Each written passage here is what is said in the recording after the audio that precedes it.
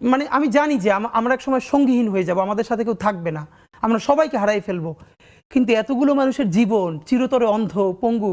কিবরিয়া ভাই, এটা আমি অনেকবার বলছি, ঢাকা বিশ্ববিদ্যালয় মসজিদ থেকে নামাজ পড়ে বেরোচ্ছে, টিআরটি ওয়ার্ল্ড একটা ছেলেকে ইন্টারভিউ করবে জুলাইয়ের আহত, তা আমাকে দেখে ওনারা কথা বলতেছে, তখন ছেলেটা শুনতেছে যে আমি এসছি, ও কোরআনের হাফেজ, মনে হয় 21 না 22 বছরের, 2 চোখ চিরতরে হারাই গেছে, আলো ফিরবে না।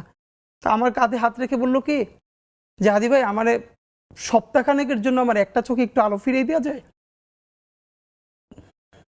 আমি বললাম ভাই 1 সপ্তাহের জন্য কেন?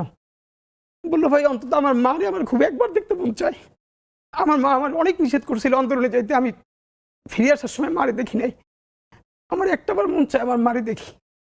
তো যারা হাজার হাজার কোটি টাকা পাচার করে বিদেশ চলে গেছে,